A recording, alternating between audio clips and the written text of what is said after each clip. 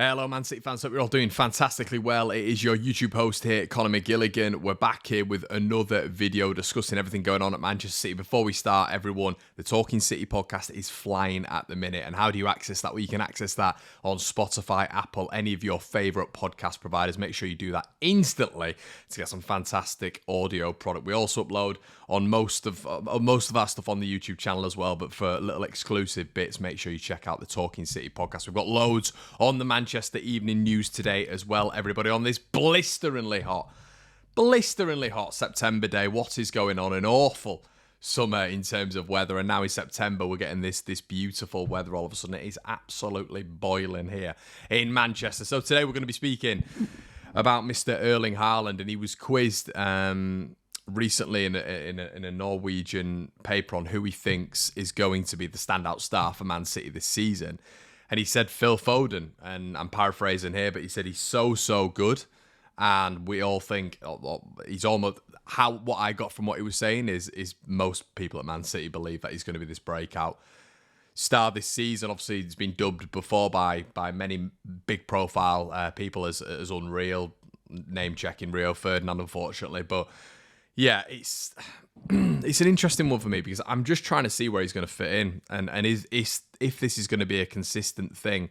Obviously, we know at this moment in time, him and Alvarez are forging a really nice thing, a really nice little partnership, which I'm well on board with. I think almost like two number 10s in that role is really aiding Man City and showing that Kev, when he is out, it doesn't really matter, which is crazy when you think about it, but it just looks like it doesn't matter with regards to Erling Harland. He will finish anything and everything. And you got to look at Jeremy Doku, you've got to look at new additions in Mateo Kovacic in terms of bolstering that midfield capacity. Is that going to aid Phil Foden in terms of taking pressure on him from being out wide and you know, dropping deep to collect the ball and progressing the ball as well? So you got Kovacic in there to do that. But with these number 10 roles, it's almost a license to just play. It's a license to just play for Man City, and it's a license to try and get assists for Erling Harland as well. What I'd like to see from Phil a little bit more this season is ruthlessness in front of goal in terms of him getting goals.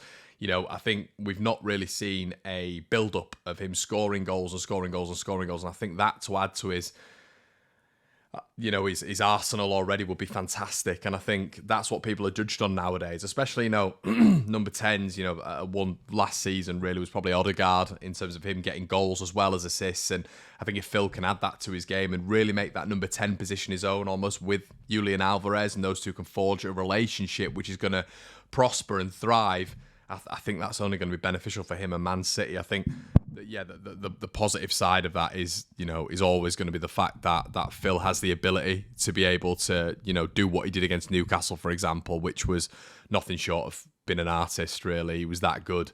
And on the half turn, he's got that element of pace that I don't think Kev has over a 2-3 yard period. Maybe Kev has the guile and innovativeness, and we're not comparing Phil Foden to Kevin De Bruyne, but can he fill that void for a period of time? And can, even when Kev's coming back into the fold, which is obviously going to be in probably like 3, 4, maybe even 5 months' time, can Julian Alvarez and Phil Foden, but especially Phil Foden, turn round to Pep and essentially say I'm undroppable? And if he is able to do that, then Manchester City are onto a good thing because the competition rises. Phil Foden's had an unbelievable season. Hopefully, he's going to get more goals. But isn't it interesting how when Erling Harland was asked who is going to be the breakout star and the best player for City this season, he earmarked Phil Foden. So he's enjoying playing with him as well. He's been really profitable in those attacking areas, those offensive spaces on the half turn. Can he get more goals? That would be really nice for Phil Foden. But at this moment in time, it seems Erling's happy. Obviously, the Ballon d'Or coming up at some point, which we're hoping he's going to win. But can Phil Foden aid him and aid himself to get to an even better point this season for Manchester City and win the quadruple? Guys, that's been it from me. As I say, check out the Talking City podcast. It's available everywhere, and it's really growing at the minute. We really appreciate your support. We're going to be uploading on this channel continuously. Hope you've enjoyed this video. Let me know your thoughts in the section below. What do you think about Phil Foden?